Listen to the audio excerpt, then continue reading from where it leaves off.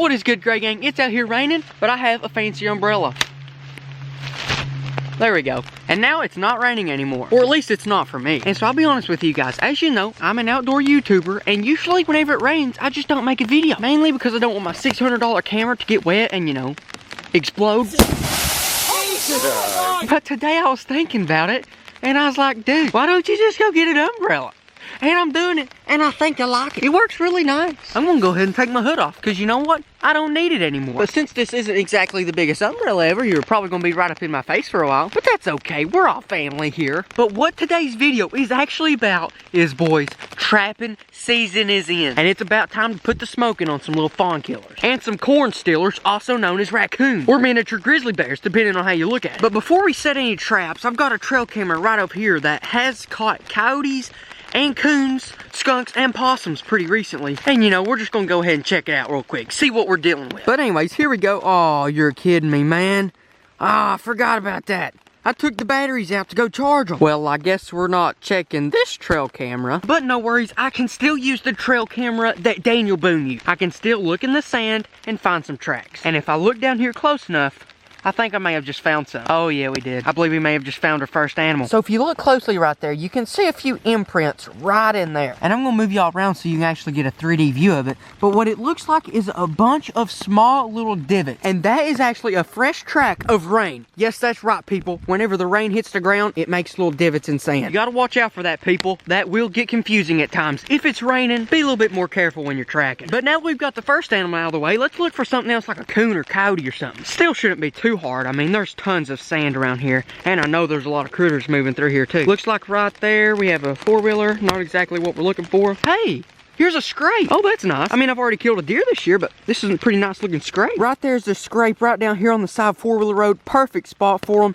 If you look down there closely, you can actually see where he actually put his hoof down in the ground and scraped out and pushed all that back. And another telltale sign that it is a scrape is if you look up about 6 foot, something like that, there should be little limbs. And right here's one. That's what they usually get their antlers and play around with after they make a scrape. But we're just going to continue our way right down this road until we see some tracks. We're going to be an old-timey trail camera today. Track them Daniel Boone style. Well, shoot, man. We might even find a possum up here somewhere. Probably up here like eating a squid or something. I think I may have just found our first living animal track. It's nothing special, but it's just a little doe track right there. Not a big buck, not a coyote, not a chicken, but it is the first track we found, and we also found these over here. You can see right here where, you know, there's definitely some tracks down there, but you can also see how whenever the deer stepped its foot down, it moved the leaves over a little bit, and that's really how I spotted it. But let's keep on going, and if we can't find a coyote track or a coon track pretty soon, we'll go ahead and start setting the traps. Well, I'll tell you what, guys, we didn't exactly find any tracks, but then again, my tracking skill, it's only at level 1. By the end of the season, I promise, guys, I'll be 99 overall. But Kendall, dude, what's your excuse? Well, if I had to be honest, guys, the rain. The wind. Gotta be the moon phases. The calculus homework. I'll be honest, I really didn't like the chicken sandwich. It was Jimmy's fault. It's 30 degrees. It's definitely the temperature. I lost my minnow trap. The stinking train horn. That's exactly why I didn't find any tracks. But since I didn't have the trail camera set, I'm going to show you some pictures of some coons which we're actually targeting from another trail camera. Here's one. Now let me tell you guys, that's something else right there. That is actually my corn pile that I've been setting out lately for just turkeys and just overall everything basically. Well, there we go. But if you look closely, you'll actually see 6 coons. And I was pretty amazed, guys. So then I turned the picture and it just got worse. In that picture right there, there's actually 7 raccoons. That is insanity! These things are gonna take over my house next. You gotta watch out for them, boys. They're always looking to get you from behind. And so I know what you're thinking. Kendall, dude, I got 2 questions for you. 1, why have you been so quiet in this video? Like you're not even screaming. And 2, if you have 7 coons up by your corn pile, why are you setting traps beside this tree? And to be honest, guys, both those questions have the same exact answer. Deer season is actually still in, and my cousin, which helped me drag out my buck, he's actually up there hunting beside of the corn pile. And I can't really go in there and set traps because he's there right now. And I really can't scream because he's there right now. That's why we're down here and we're not exactly yelling right now. But don't worry, guys, I'm pretty sure I'll get a few shouts in before the video's over. I even plan on going super safe. Speaking of it, let's do it right now.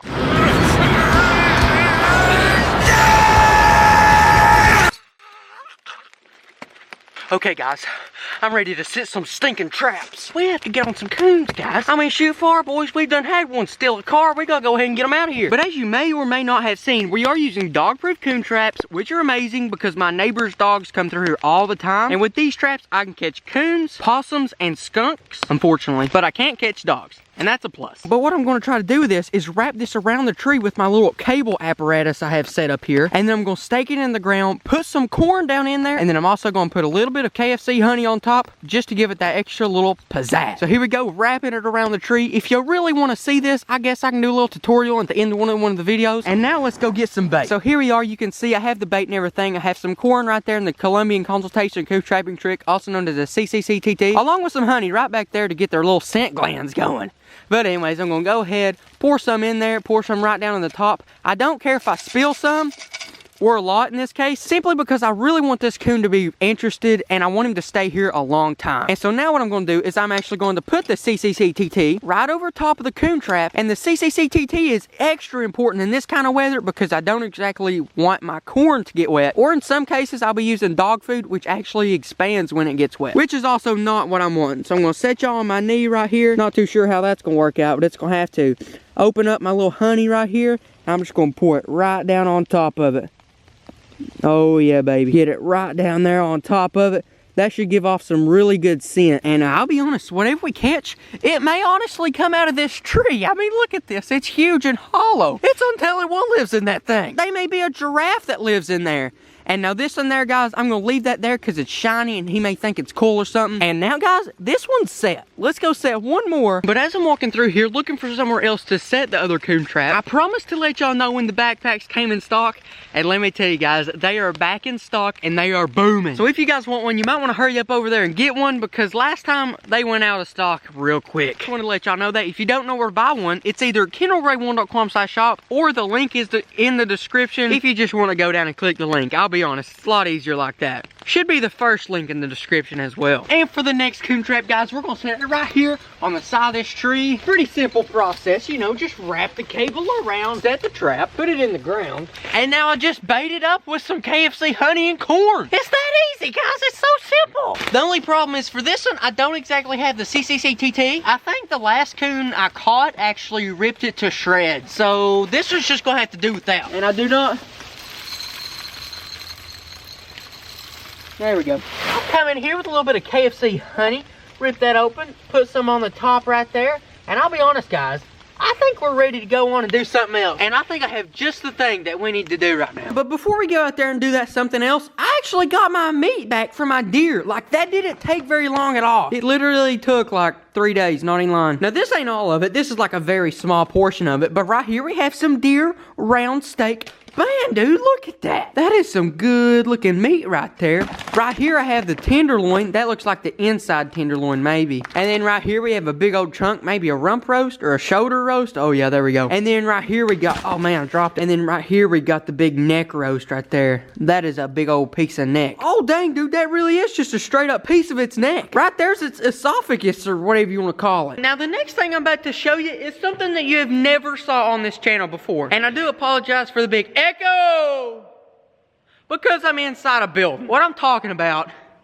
I bought a punching bag. Oh yeah, baby, that's right. I got a boxing bag. It only cost me like 50 bucks at Walmart, but upon arrival, I realized there's nothing in it. Like, I mean, I don't know if that's normal, but I sure didn't expect it. And so frantically, I got on my phone, got on Google. I said, what are you supposed to put in a punching bag? And they said, well, you can put pillows, bed sheets, or preferably sand. So, you know, I thought about it for a minute and I came to the conclusion, okay, I don't live in Saudi Arabia. I don't have a surplus of sand just laying around. But I do live in Kentucky. And what do I have a lot of laying around in Kentucky? Corn. In Kentucky, we have corn. And so I don't know if anyone's ever done this before, but I'm gonna fill a punching bag full of corn. I mean, the punching bag's supposed to weigh about 50 pounds. I'd say that bag of corn will do the job. It weighs 50 pounds too. So you know what, boys? Let's get started. I mean, I don't think this is how you're supposed to use this, but I'm gonna do it anyhow.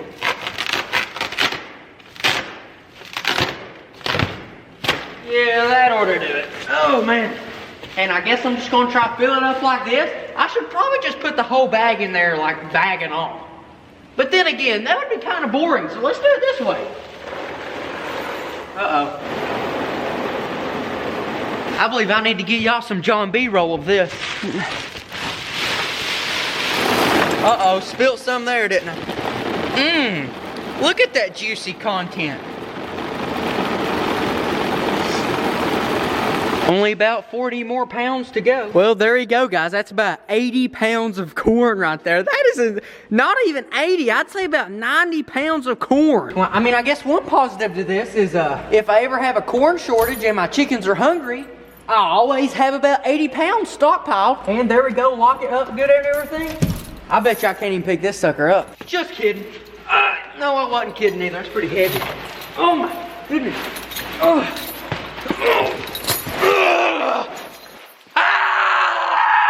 Okay, boys, I'll tell you what. This is extremely heavy, about 100 pounds. Nothing I can't handle, though. Hit the subscribe button if you want to see more content. And this thing is really heavy. Kendall Gray 1.com. Thank you guys for watching that video by Kendall Gray. Make sure to hit the like button, subscribe, and turn on the post notifications. And if you want to get some merch from Kendall Gray, go to kendallgray1.com/shop. And like always, keep God number one.